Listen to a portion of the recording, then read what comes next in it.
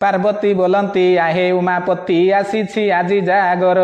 ଏ ପୂଜା ମହିମା ବୁଝାଇ କହିବ ଶୁଣିବାକୁ ମନ ମୋର ମହେଶ୍ୱର। ପୂଜା କେମନ୍ତ ପ୍ରକାର ମହେଶ୍ୱର। ପ୍ରଥମେ ଏ ପୂଜା କିଏ କରିଥିଲା କହିବ ମୋତେ ବୁଝାଇ। କି ଫଳ ମିଳିଲା ତାହାର କହିବ। କରିଲା ଏହା କିପରି କହିବ କି। ସଂଶୟ ମୋହର ଦୂର କରିବ କି। ଅପୂର୍ବ ଏ କଥା ଶୁଣ ଗୋ ପାର୍ବତୀ ପାପିଷ୍ଟ ନିଷାଦ ସେହି।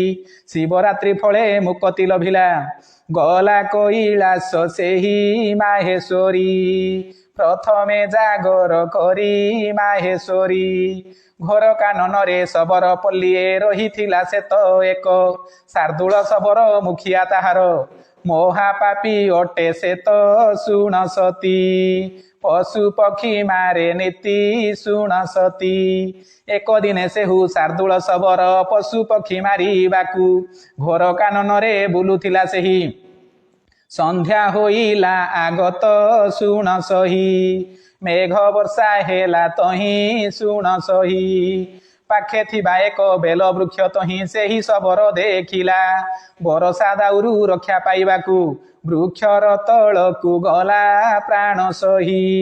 ରହିଲା ସେଠାରେ ଯାଇ ପ୍ରାଣ ସହି। ଏହି ସମୟରେ ତାହାରି ନିକଟେ ବାଘ ପହଞ୍ଚିଲା ଯାଇ। ଖାଇବା ପାଇଁକି ଶବର ଆଡ଼କୁ ଆସୁଥିଲା ସେହି ଧାଇଁ ବଞ୍ଚିବାକୁ। ଶବର ଚଢ଼େ ଗଛକୁ ବଞ୍ଚିବାକୁ। ବାଘକୁ ତଡ଼ିବା ପାଇଁ ଗୋ ପାର୍ବତୀ ବେଲପତ୍ର ଫଳ ମାନ ଉପରୁ ଛିଣ୍ଡାଇ ପକାଇଲା ସେହି। ବାଘ ଉପରକୁ ଜାଣ ଅଜାଣରେ ପଡ଼ିଲା ଶିବଲିଙ୍ଗରେ ଅଜାଣରେ। ନଡରିଣ ବାଘ ବୃକ୍ଷର ତଳରେ ଜଗି ବସିଥିଲା ତହିଁ। ଘୋର ଗର୍ଜନ ରଡ଼ି କରୁଥିଲା ତାହାକୁ ଖାଇବା ପାଇଁ ରାତି ସାରା। ନଗଲା ସେଠାରୁ ପରା ରାତି ସାରା। ବେଲପତ୍ର ଫଳ ପକାଇ ପକାଇ କହେ ପ୍ରଭୁ ରକ୍ଷା କର।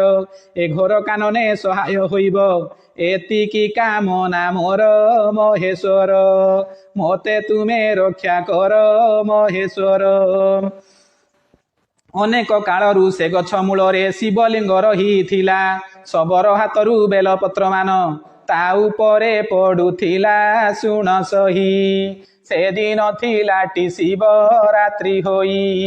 ଉଜାଗରେ ସେହୁ ରହିଲା ଶବର ଗଛ ଉପରରେ ସେହି। ପ୍ରଭାତ ସମୟ ହୋଇବାରୁ ବାଘ ଗଲା ସେ ସ୍ଥାନୁ ପଳାଇ ଶୁଣ ସହି। ଶବର ବଞ୍ଚି ଗଲାଟି ବୃକ୍ଷ ପାଇଁ। ବୃକ୍ଷ ପାଇଁ ମୋର ଜୀବନ ରହିଲା ଏକଥା ଭାବିଣ ସେହି। ହାତ ଯୋଡ଼ି କରି ତା ଚାରି ପାଖରେ 3 ଘଣ୍ଟା ବୁଲେ ସେହି ନମସ୍କାର। କରିଲା ବୃକ୍ଷ ମୂଳର ନମସ୍କାର। ଯେଉଁଠାରେ ଶିବଲିଙ୍ଗ ରହିଥିଲା ସେଠାରେ ଶବର ଯାଇ ସାଷ୍ଟାଙ୍ଗ ଭାବରେ ମୁଣ୍ଡିଆ ମାରିଲା ବୃକ୍ଷେ ଧନ୍ୟବାଦ ଦେଇ ପ୍ରାଣ ସହି। ଅଜାଣତେ ପୂଜା ମୋର କଲା ସେହି। ଏହିପରି ପୁଣ ଶିବରାତ୍ର ପୂଜା କରିଲା ଶବର ସେହି।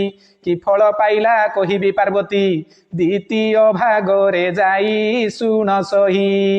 ତୁମକୁ କହିବି ମହି ଶୁଣ ସହି।